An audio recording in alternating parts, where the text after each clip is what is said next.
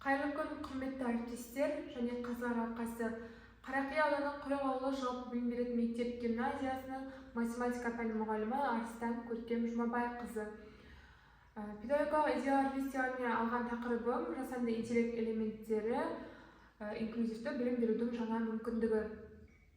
Қазіргі білім беру жүйесінің басты міндеттерінің бірі ерекше білімді қажет ететін оқушылардың кедергісіз, қолжетімді әрі тиімді оқу ортасын қалыптастыру. Инклюзивті білім беру дегеніміз тек қана бірге оқыту ғана емес, ол әрбір оқушының жеке ерекшелігін ескере отырып педагогикалық қолдауды көрсету.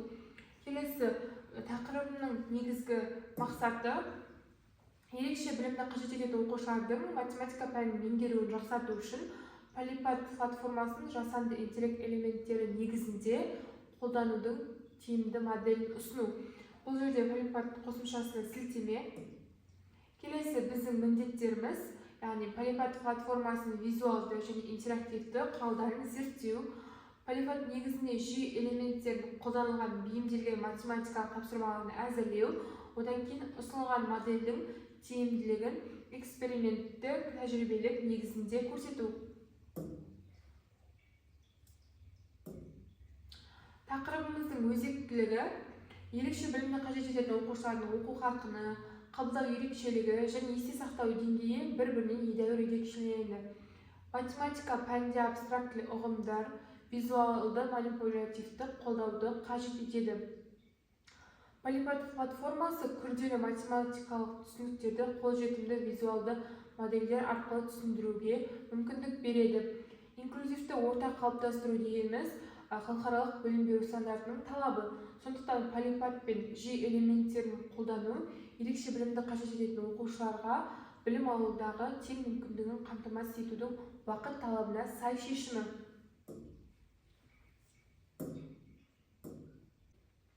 Авторлық идеяның мәні неде?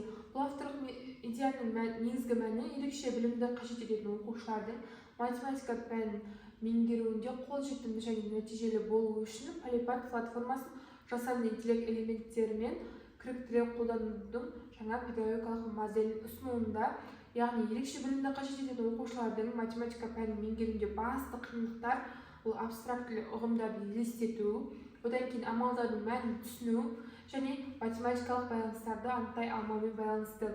Мен осы жылы 5-ші сыныпқа келген оқушым ерекше білімді қажет ететін оқушы. Осы идеяның туындау себебі сол оқушымен жұмыс жасауымның барысында.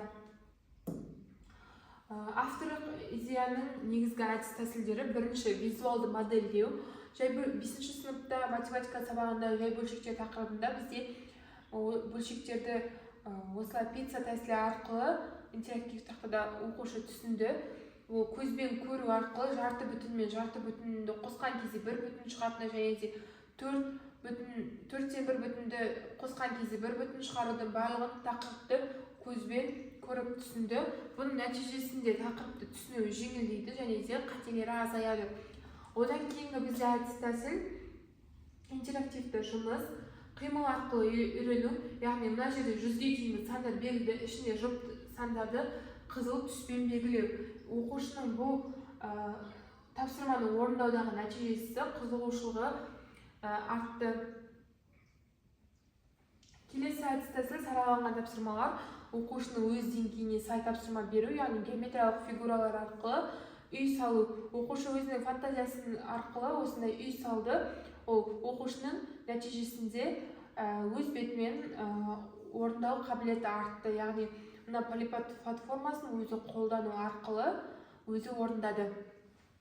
Келесі қадамдық қолдау, қиын тапсырманы бөліп түсіндіру, яғни амалдар орындау қиын түрлерін осы санақ жүйесі арқылы түсіндік. Осы 0-ден бастап бағытты жүргізу арқылы оқушы есепті қатесіз шығарды. Оның арқасында нәтижесінде оқушыда сенімділік пен дербестілік артты. Келесі, бұл әдістің тиімділігі неде? Бірінші, визуализация. Түсінуді жеңілдетеді, яғни көру арқылы оқушы ол есепті абстракты ұғымды интерактивті тақтада көру, ұстау, қозғау арқылы ол тақырыпты түсіну жеңілдеді. Келесі, саралау. Жеке мүмкіндіктері ескереді, яғни оқушының өз деңгейіне қарай тапсырма беру арқылы оқушыға тақырып жеңіл болды. Одан кейінгі қате талдау дұрыс әрекеттерді қалыптастырады. Яғни мұғалімнің қасында көмек арқылы қателік екенін көру арқылы ол дұрыс әрекет жасауға өзі қалыптасты. Келесі интерактивтілік қызығушылықты арттырады. Яғни интерактив тақтаның ішінде ол өзі әртүрлі күнделікті әртүрлі тапсырмаларды орындау арқылы оның пәнге деген қызығушылығы арта бастады. Одан кейінгі қадамдық қолдау, яғни педагогтың қолдауы арқылы оқушының өзіне сенімділігі артты. Одан кейінгі біздің жеке жетістіктеріміз осы 6 апта ішінде ерекше білімді қажет ететін оқушының математикалық тапсырманы дұрыс орындау көрсеткіші орта есеппен 28%-ға артты. Одан кейін бізде бөлшектерді және сан сызығын қолдану дағдылары айтарлықтай жақсарды, яғни ол бөлшектерді және сан сызығын түсіне бастады. Одан кейінгі бізде полипат тапсырмаларды өздігінен орындау жиілігі 35%-ға артты. Басында полипат платформасын көрсеткенде оқушының қасында мен оны қалай орындау керек, қалай қозғау керек барлығын үйретіп отырсам, одан кейін оқушы қазіргі таңда ол полипат платформасын өзі жеке алғашқы қадамдарын орындай алады. Келесі, оқушылардың интерактив тапсырмаларын ерікті түрде орындауға қызығушылығы артты. Оқушының өзі интерактив тақтамен жұмыс жасауы, соған деген қызығушылығы, пәнге деген қызығушылығы осы платформаның арқасында өте жақсы дамыды. Келесі, сабаққа қатысу белсенділігі тұрақты түрде жоғарылады. Пәнге қызығушылығы, яғни сабақта оқушы белсенді, яғни оқушылармен де байланысы өте жақсы болды. Келесі, бізде қорытындылай келе ұсынылған модель инклюзивті білім берудің сапасын арттырып, педагогтың жұмысын тиімді ұйымдастыруға мүмкіндік береді. Яғни полипат платформасы жүйе мүмкіндіктерімен біріктіру арқылы ерекше білімді қажет ететін оқушылар үшін жаңа мүмкіндік қана емес, ол қазіргі білім беру жүйесінің даму бағыты. Назар қойып тыңдағандарыңызға рахмет.